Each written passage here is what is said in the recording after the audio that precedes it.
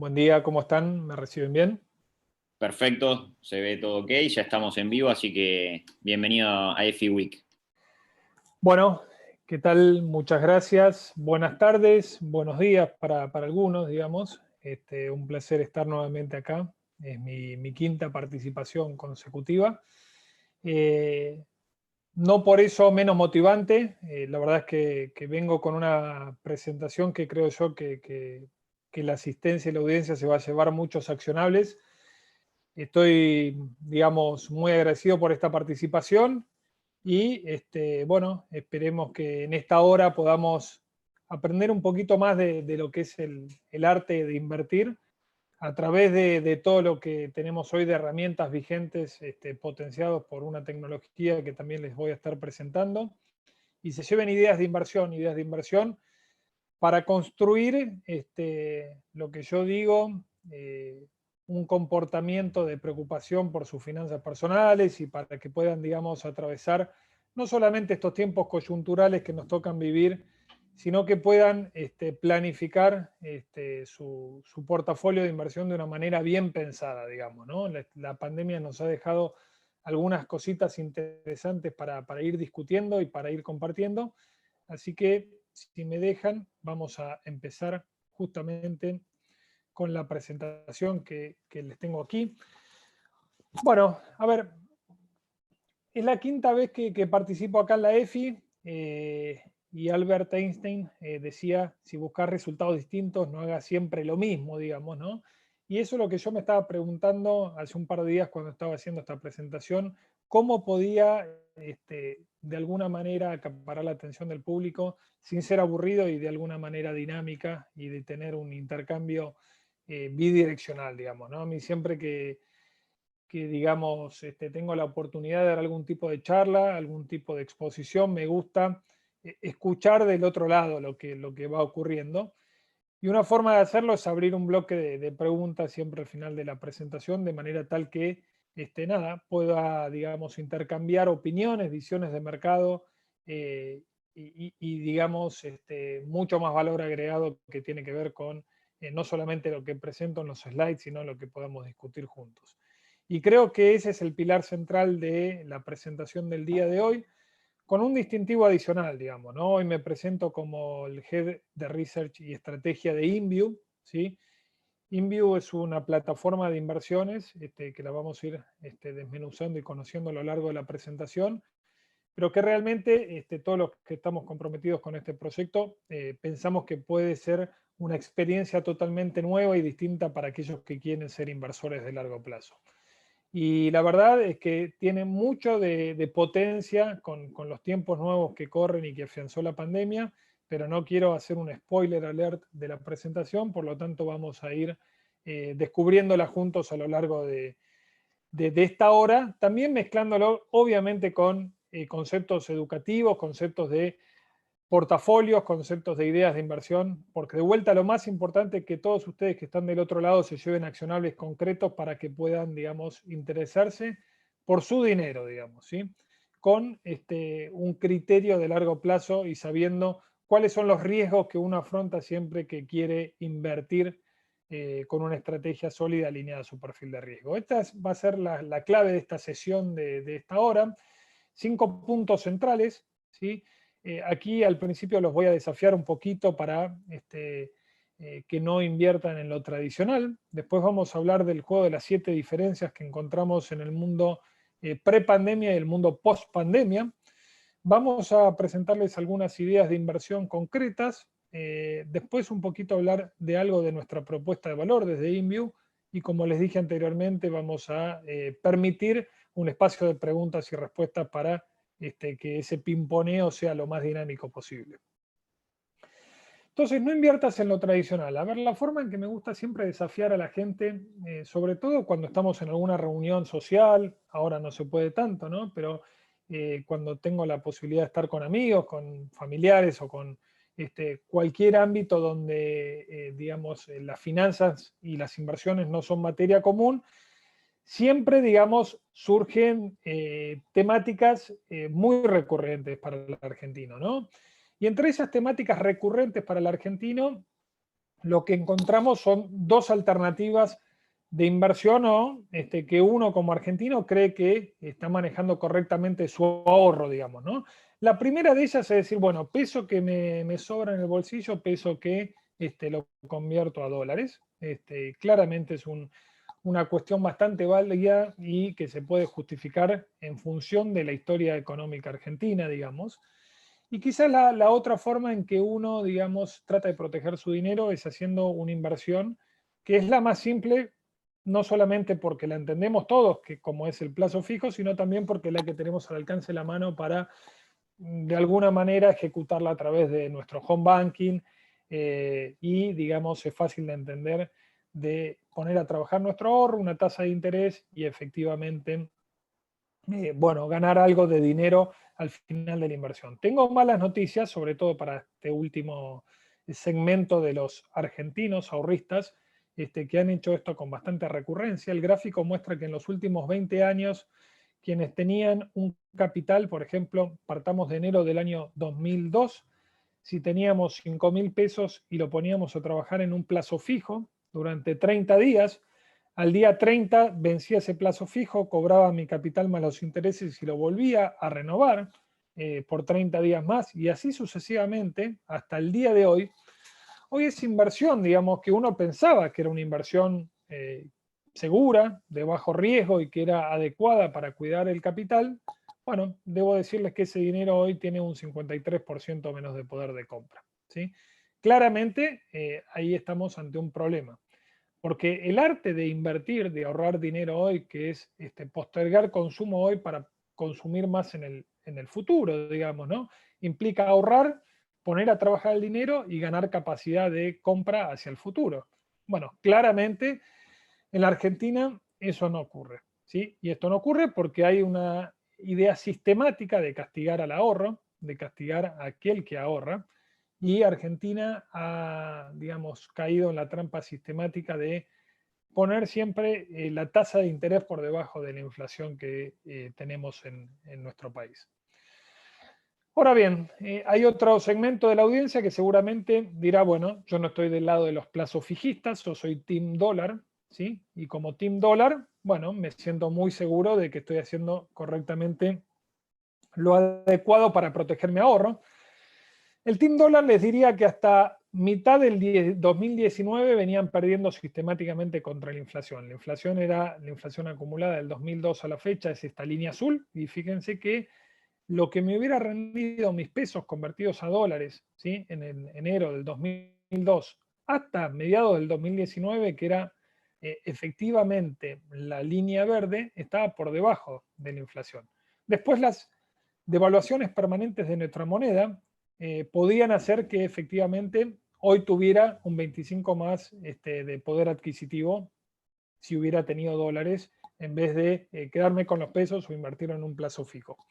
Claramente, bueno, pueden sacar pecho y decir, efectivamente el dólar me sirvió como forma de cobertura, pero hay dos premisas al respecto. Una, que tuvimos casi 17 años con un rendimiento por debajo de la inflación. Es decir, que en la Argentina el dólar puede permanecer sistemáticamente por debajo de la suba de la inflación y eso, digamos, me hace un gran efecto negativo sobre mi ahorro, digamos, ¿sí? Si necesitara sacar el dinero antes o utilizarlo antes. Y la segunda, que es la más dolorosa de todas, es que a pesar de que en el mundo el flagelo de la inflación fue derrotado, ¿sí? Al menos hasta ahora, y prácticamente durante todo el siglo XXI no hemos tenido ningún problema con la inflación a nivel global. En el mundo hay inflación, es una inflación controlada, sí, pero una inflación del 2, 3, 3,5%, 4%. Y esto nos hace pensar que acumuladamente, con las cifras y estadísticas relevadas por el Banco Mundial, desde enero del 2002 a la fecha hubo un 80% aproximadamente de inflación a nivel mundial. Es decir, que mis dólares no invertidos obviamente perdieron y mucho poder adquisitivo en el mundo. Me permitirán, digamos, de alguna manera conservarlo en Argentina, pero si yo lo mido en poder adquisitivo a nivel global, voy a tener un gran problema y un dolor de cabeza. Por lo tanto, algo tenemos que hacer.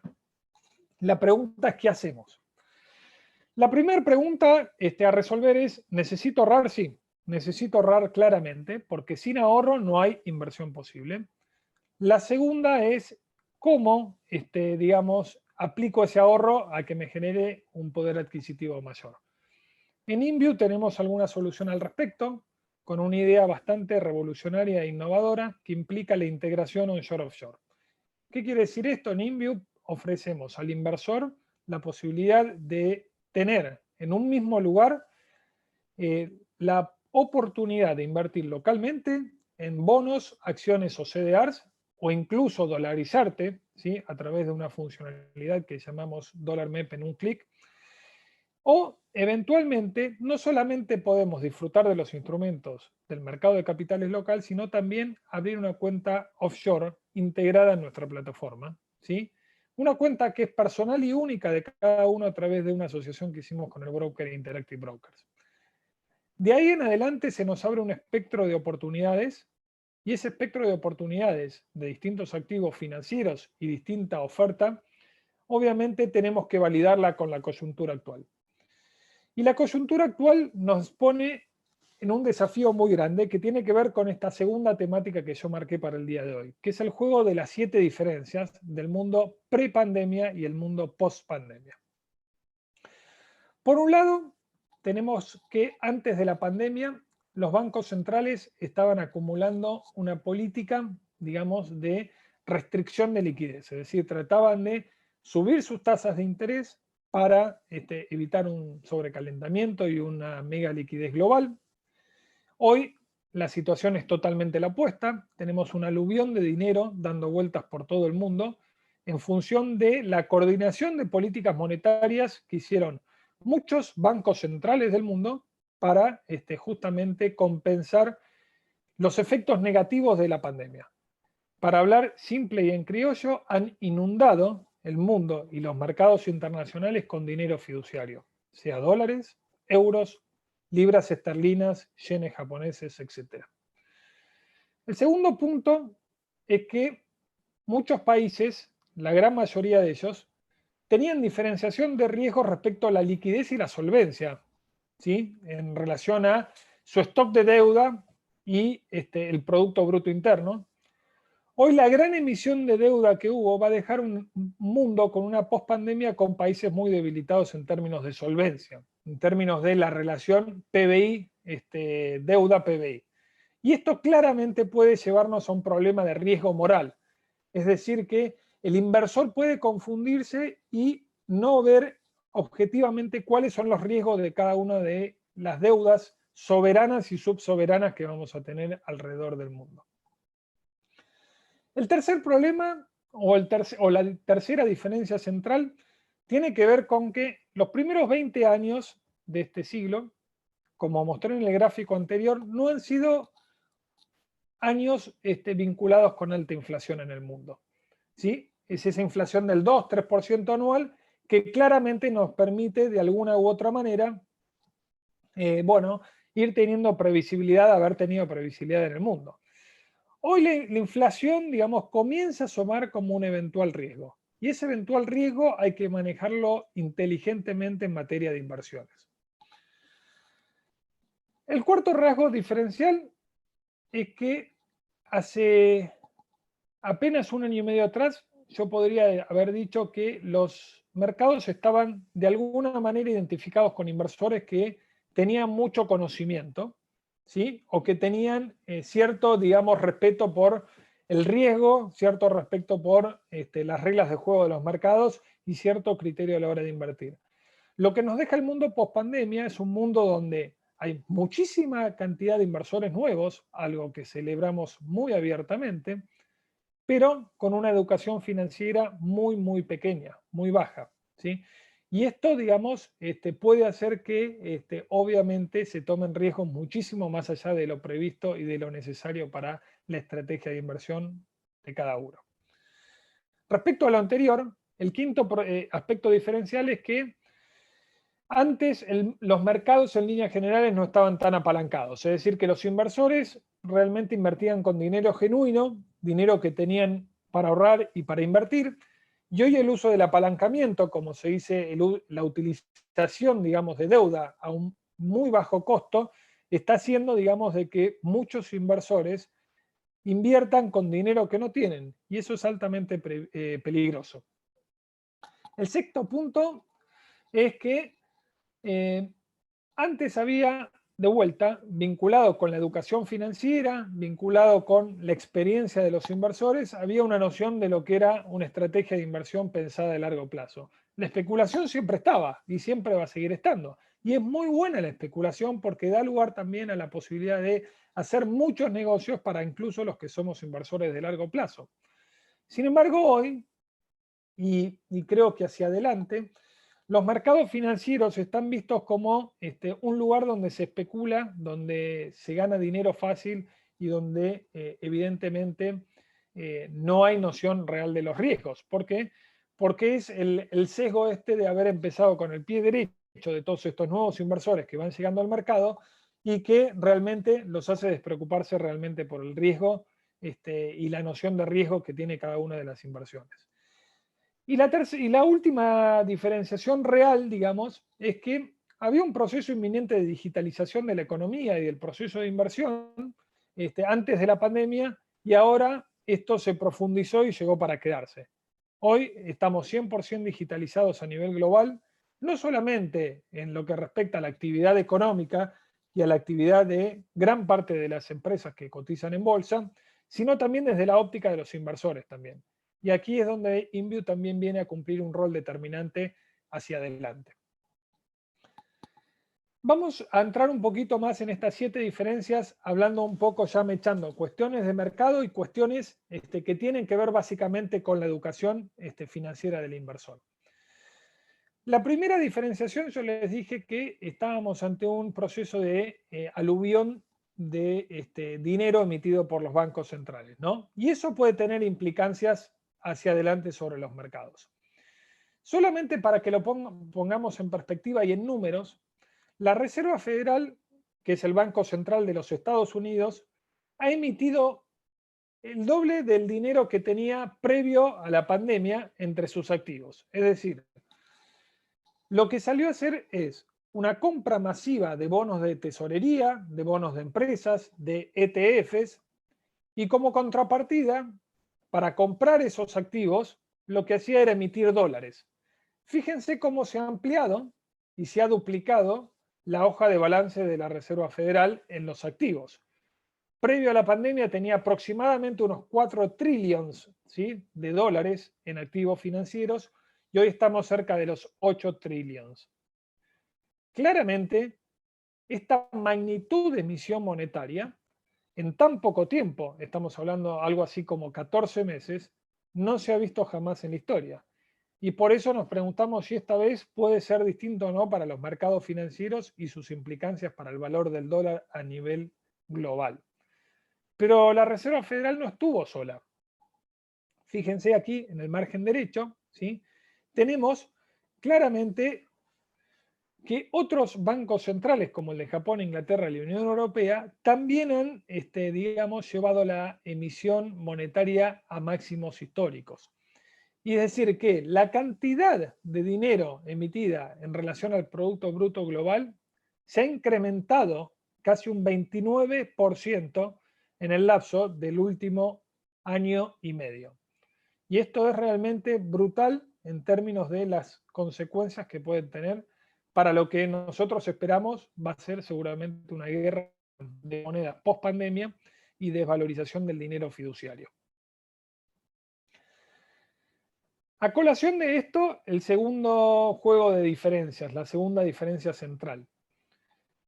La segunda diferencia central es que los bonos hoy es un activo que claramente no genera expectativa a los inversores.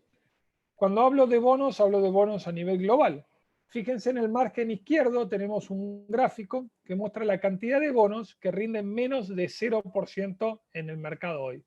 Son algo así como 12 billions argentinos, ¿sí? Es una cantidad que, si bien estuvo en 16 hace poquitos meses atrás, es una cantidad realmente muy, muy importante que ha desprestigiado lo que nosotros llamamos el paradigma del portafolio 60-40. Si hace 20 años atrás, cualquier portafolio promedio de un inversor común tenía 60% alocado en bonos y 40% en distintos activos, entre ellos acciones, y con eso uno podía descansar claramente en un retorno anual proyectado entre el 6, 7 hasta el 8%, superaba la inflación global y con eso, digamos, podía manejarse muy, muy tranquilamente.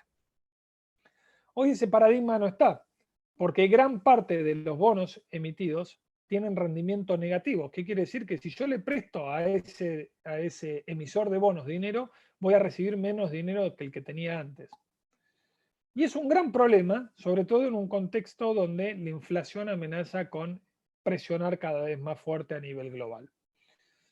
Por el otro lado, y hablando de esto del riesgo moral, fíjense sobre el margen derecho, el bono que tenemos acá es el ETF HIYG, que es el ETF de los bonos chatarra, ¿sí? Los bonos chatarra o los bonos basura, que son los que no tienen grado de inversión, ¿sí? Calificación grado de inversión, y que hoy están en un rendimiento mínimo histórico.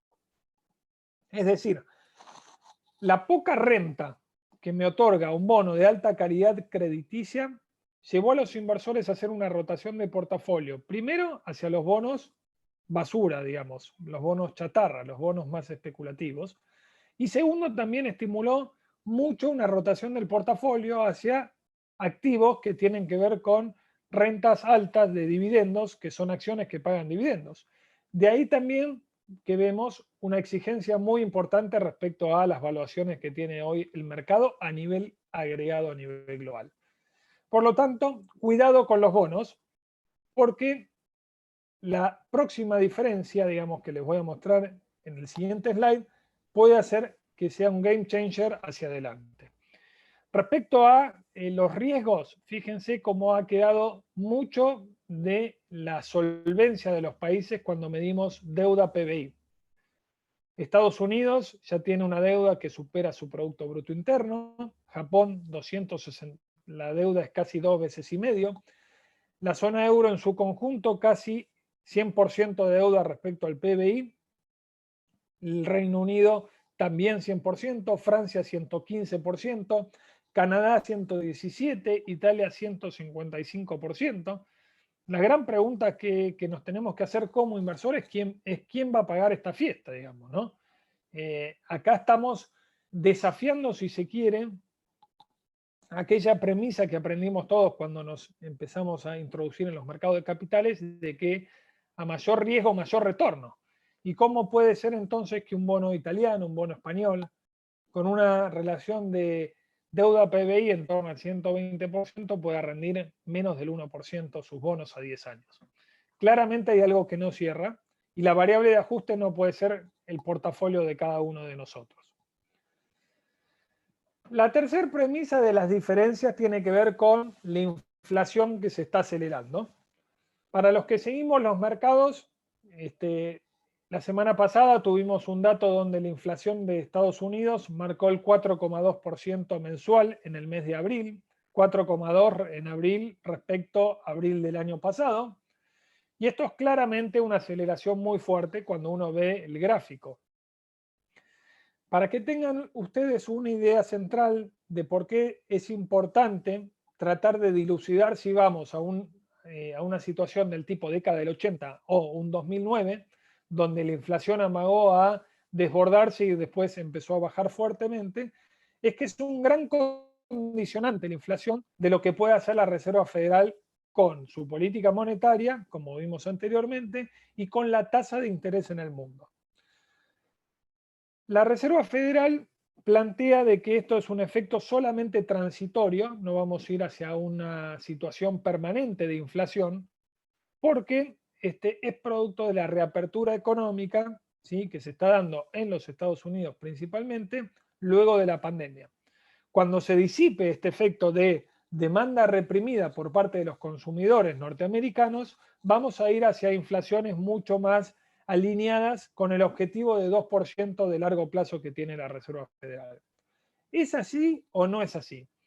Mi sensación es que la Reserva Federal está subestimando un poco todo el impacto monetario o como se dice, el hangover, la borrachera monetaria, que va a generar justamente esta emisión descontrolada que hubo para evitar el colapso durante la pandemia. Y mi sensación es que la Reserva Federal va a tener que cambiar su discurso de política monetaria tan laxa a partir de la segunda mitad del año en curso. Si así ocurriera, entonces vamos a estar ante un escenario de mucha más volatilidad de los mercados, seguramente de un aumento del costo del dinero, y seguramente nosotros deberíamos identificar hacia adelante para el portafolio de cada uno de nosotros algunos sectores, algunos instrumentos que nos permita sacar provecho de un escenario donde la política monetaria, sobre todo de la Reserva Federal en una primera instancia, pero luego del resto de los bancos centrales del mundo, bueno, comience a ser más restrictiva. ¿Por qué? Porque si sube la tasa de la Reserva Federal en algún momento del año que viene, los bonos van a empezar a bajar de precio para subir sus rendimientos y en esa medida alinearse, digamos, a la nueva política monetaria. Va a haber mucha salida de capitales seguramente de activos especulativos en acciones para ir a las mayores rentabilidades que van a ofrecer los bonos. Por lo tanto, ahí podemos ver también algún sufrimiento de rotación de carteras. Y también, con mucha atención, vamos a tener que seguir la solvencia de los países. No solamente ya en el mundo emergente, sino en el mundo desarrollado también. Porque esos niveles de endeudamiento contra el PBI deben ser equilibrados de alguna manera. Y la historia muestra que muchas veces ese equilibrio se motorizó a través de índices de inflación mucho más altos. En Argentina tenemos vasta experiencia con esto. En el mundo nos habíamos olvidado y quizás hay que desempolvar justamente los libros de texto que nos marcaban, por ejemplo, en la década del 80, cuando la inflación comenzó a acelerarse rápidamente y la Reserva Federal no tuvo que otra opción que subir la tasa de interés brutalmente. No digo que vaya a ocurrir de un día para el otro, lo que sí digo es que gran parte de ese exceso monetario seguramente comenzará a equilibrarse con una inflación mayor, ¿sí? Y eso, digamos, el portafolio nuestro no lo puede sufrir. Todo lo que dije recién tiene un agravante que uno puede ver desde el punto de vista del vaso medio lleno o del vaso medio vacío. Para entender el exceso monetario que hubo en los Estados Unidos durante el año pasado, hace falta ver dos cuestiones centrales. Una, que el exceso de ahorro respecto al Producto Bruto Interno hoy en los Estados Unidos es del 7% del PBI. ¿Qué quiere decir esto? Que los planes de estímulo fiscal monetario y los paychecks y todos los aumentos de subsidio por desempleo que tuvieron los americanos, bueno, eso fue dinero que entró directamente en las familias, fue dinero que se ahorró y fue dinero que se usó para, si se quiere, especular en la bolsa, claramente con una visión de poca, digamos, estrategia de mediano y largo plazo.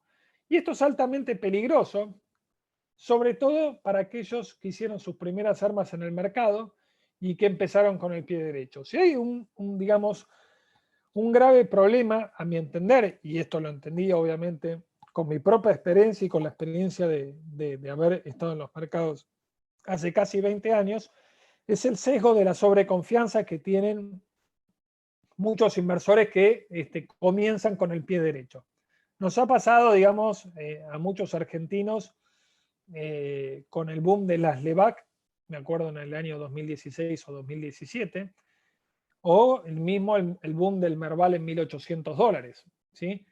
Allí cualquiera de nosotros pensaba que hacer dinero en el mercado era muy fácil, había, digamos, una posibilidad de tomar riesgos excesivos, total que cualquier cosa que comprábamos íbamos a subir, y algo de eso ocurrió en Wall Street a partir de marzo, abril del año pasado hasta estos días.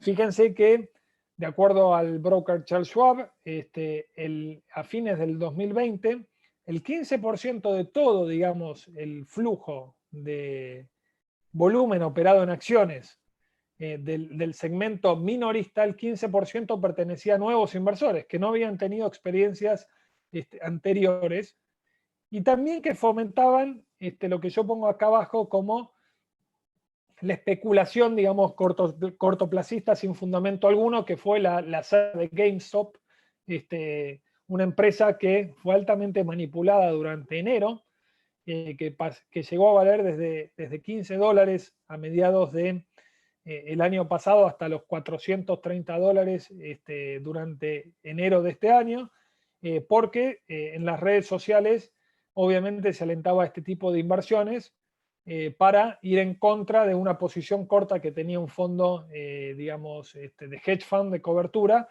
y esa red social justamente era visitada por inversores que estaban haciendo sus primeras armas, digamos, ¿no? Claramente el tiempo todo tiende a poner las cosas en su lugar. Hubo mucha pérdida patrimonial en el medio, y aunque GameStop sigue estando claramente cara, lo que se estimuló fue ir a un casino más que justamente la educación financiera y el desarrollo de una estrategia de inversión alineado a el perfil de riesgo de cada uno. Entonces, celebramos con mucho criterio el acercamiento de nuevos inversores al mercado de capitales, y es lo que desde INVIO buscamos sobre todo a nivel local y a nivel regional, pero no celebramos que sea a cualquier modo y a cualquier costo. La educación financiera es fundamental justamente para evitar estos extremos donde las emociones nos lleva, digamos, a pensar de que el mercado es dinero fácil, el mercado es especulación pura, y sabemos que con el tiempo el dolor patrimonial que causa ese sesgo que tienen justamente los que arrancan con el pie derecho en los mercados de capitales tiende a ser muy doloroso en términos patrimoniales. Desde INVIO creemos que hay un lugar muy importante que cubrir en la parte de la educación financiera, con nuestros canales de redes sociales, con nuestras conferencias en nuestros canales de YouTube. Queremos que más ahorristas se transformen en inversores sin lugar a dudas, pero que esos inversores sean inversores educados, inversores calificados. Y es por eso también que nosotros descansamos mucho en nuestros asesores, que son aliados de nuestra marca, para poder mentorear y para poder acompañar al inversor en sus primeros estadios y que sea un inversor profesional de acá a un mediano y largo plazo. Creemos que esa es la forma que hay que construir las cuestiones para tener un mercado más grande y para derribar muchos prejuicios que hay en torno a la inversión y en torno a los mercados de capitales. El desconocimiento de justamente muchas herramientas, los riesgos y justamente la mecánica de transmisión de los mercados de capitales nos lleva a encontrar una nueva diferencia en este juego de las 7 diferencias, en este caso la quinta. Y es que estos inversores, tentados por el dinero fácil, tentados por el bajo costo de financiamiento que ofrecen distintos jugadores a nivel global, llevan a el uso del apalancamiento. ¿Qué es el apalancamiento? Es ni más ni menos que tomar deuda o tomar dinero prestado para justamente invertir mucho más allá de nuestra frontera de posibilidad que nos da nuestro presupuesto, y en ese sentido tratar de hacer que nuestras ganancias sean más que exponenciales. No solamente lo estamos viendo a nivel, digamos, de los mercados financieros, sino también el mundo cripto es claramente, digamos, un reflejo y un espejo de esto que estoy diciendo.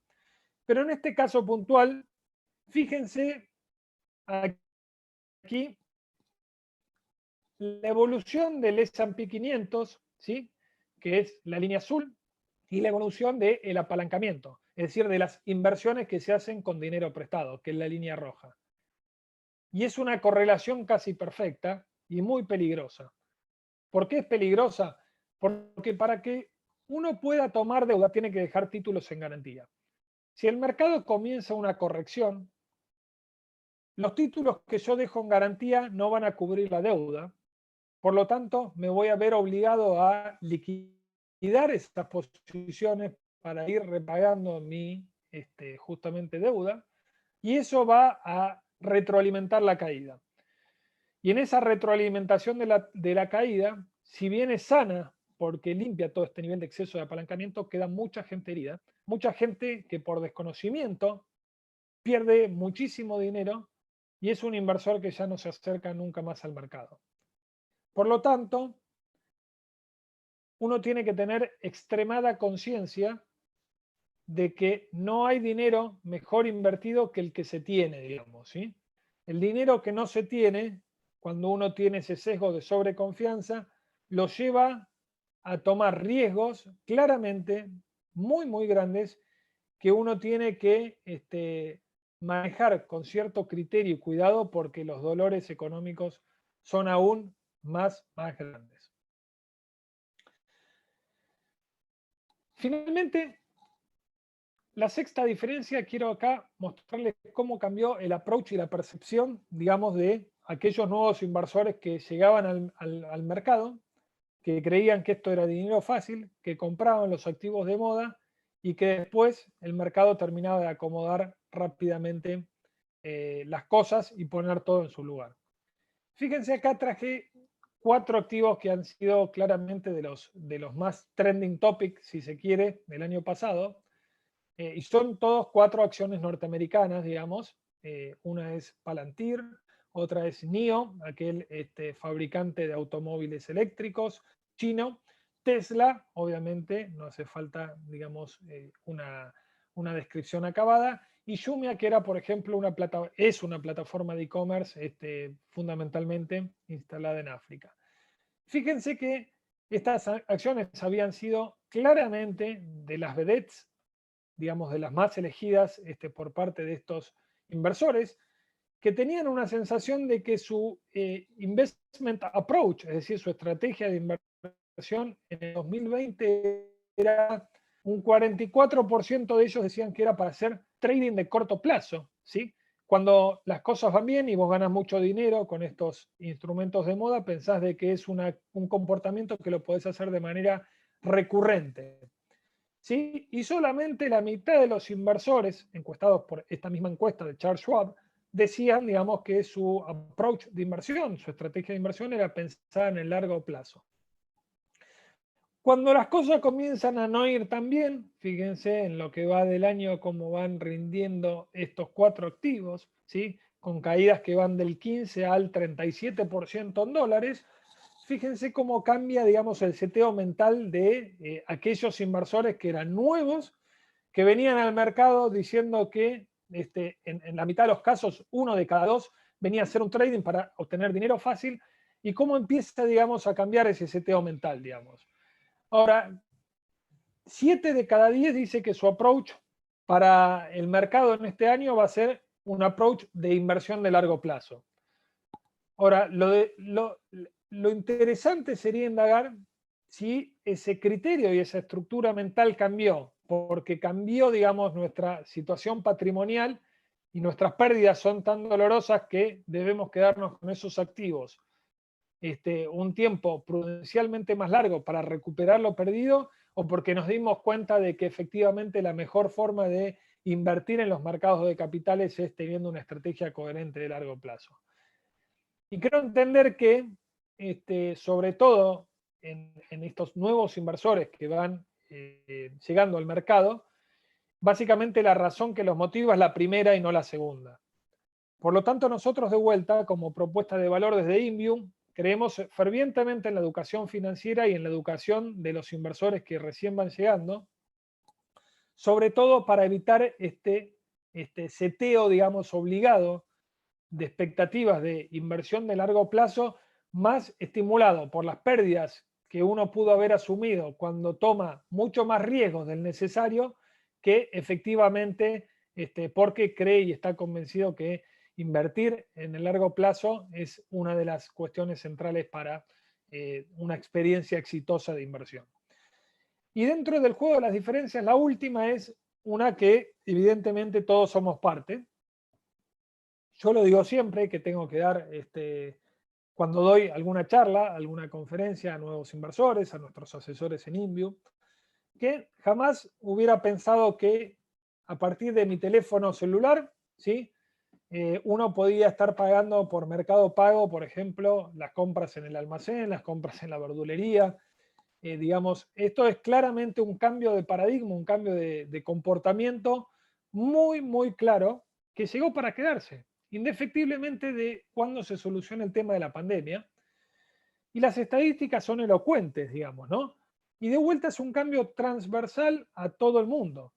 Obviamente con una mayor penetración en lo que tiene que ver con el mundo desarrollado. Fíjense que en el año 2020 el 14%, ¿sí?, de las ventas se hizo a través del canal del e-commerce, ¿sí?, en los Estados Unidos.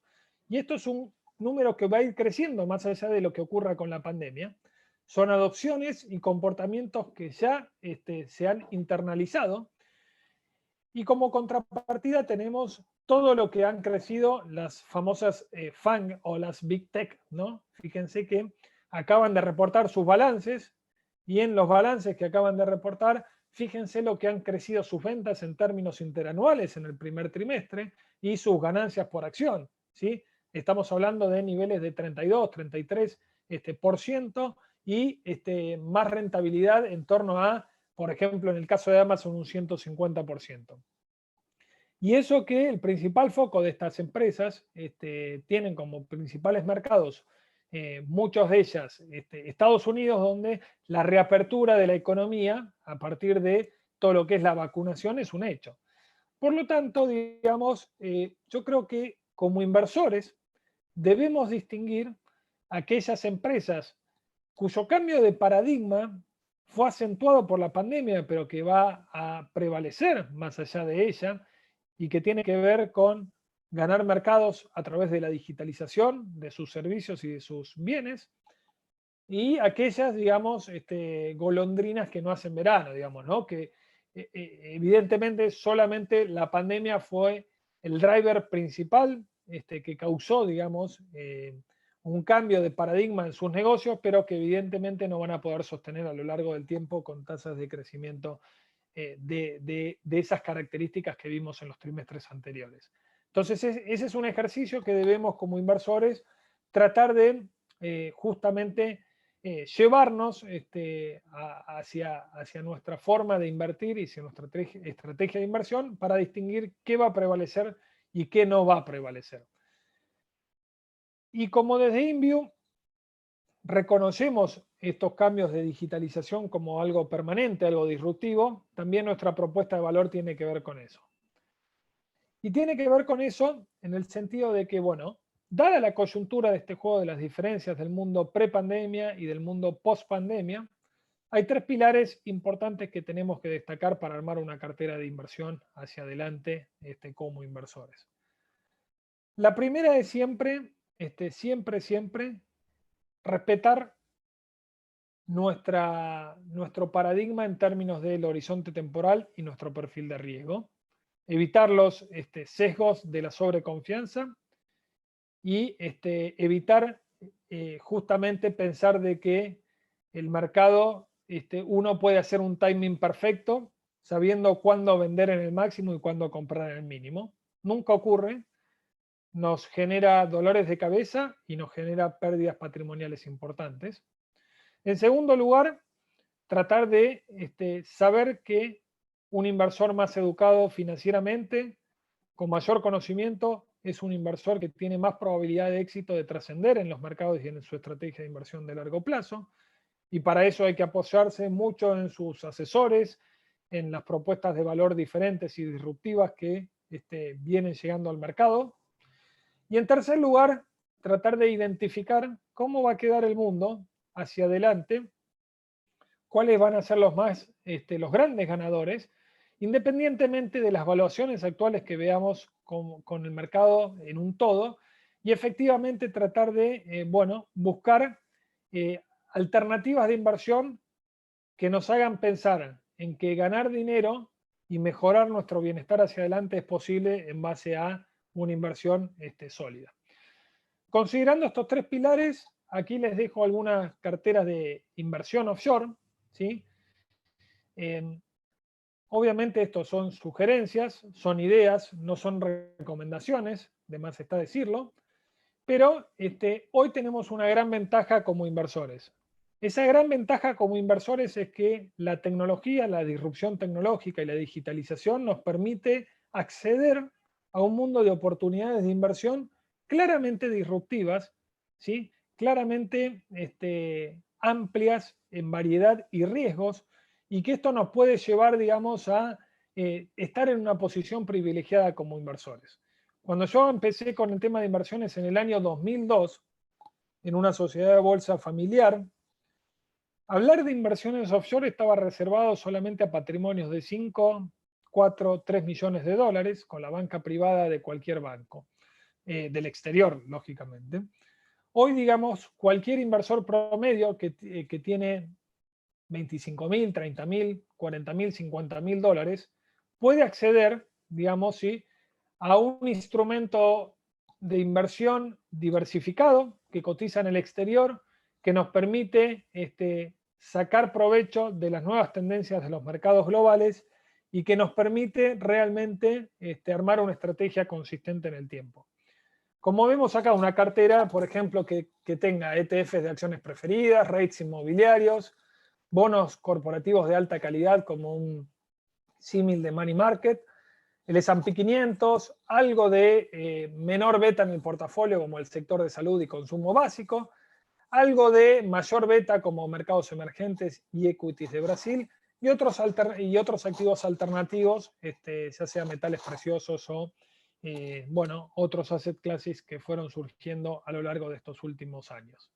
Pero claramente hoy corremos con ventaja, y la ventaja tiene que ser bien aprovechada, y para eso, digamos, tenemos una propuesta de valor, como les dije anteriormente, desde InView, como están viendo en el video en cuestión, tenemos una plataforma ágil, una plataforma que nosotros creemos es disruptiva para lo que hay hoy en Argentina, que nos permite integrar onshore y offshore al mismo tiempo, que nos permite, digamos, hacer de nuestra experiencia de inversor algo natural, algo que nos pueda hacer sentir cómodos y algo que realmente entendamos que eso es central al momento de, digamos, invertir. Y justamente porque nosotros queremos acercar a mucha gente al mercado de capitales, tenemos un beneficio que es efectivamente hasta el 31 de mayo, para quienes quieran, digamos, abrir una cuenta offshore en nuestra alianza con Interactive Brokers y quieran fondear cuentas por encima de los $3.000, estamos bonificando especialmente todo lo que tiene que ver con el costo del contado con liquidación. Hoy más o menos esa diferencia entre el dólar MEP y el dólar de contado con liquidación está en torno a un 2%. Creemos, digamos, que nuestra propuesta de valor es atractiva, que nuestra propuesta, digamos, cumple con uno de los prejuicios centrales que tienen todos los argentinos en torno al mercado de capitales, de que piensan que para ser inversor se necesita mucho dinero y mucho conocimiento. Queremos romper esas barreras y queremos ayudarlos en ese camino. Por lo tanto, los voy a estar... Sí, por lo tanto, los voy a estar invitando, si quieren, aquí a descargar nuestra app, ¿sí? Van a ver que el proceso de onboarding es extremadamente sencillo y sabemos que para hacer cosas distintas y hacer crecer nuestro mercado hace falta ideas y medios diferentes, y creo que en ese sentido en InView estamos en condiciones de ocupar ese nicho con conocimiento, con educación financiera y con mucha gestión de atención a todos nuestros clientes y asesores. Así que, sin más, ahora abrimos estos últimos 10 minutos, si quieren, para preguntas y respuestas. De vuelta, muchas gracias por su atención, muchas gracias por los mensajes que fueron llegando y a disposición para resolver cualquier duda respecto al mercado o cualquier otra duda respecto a la presentación. Gracias. Diego, nos quedamos ya sin tiempo. Si te parece, las preguntas que se hayan acumulado te las podemos acercar después y las puedes responder por privado. Ningún problema. Muy Muchas bien, gracias.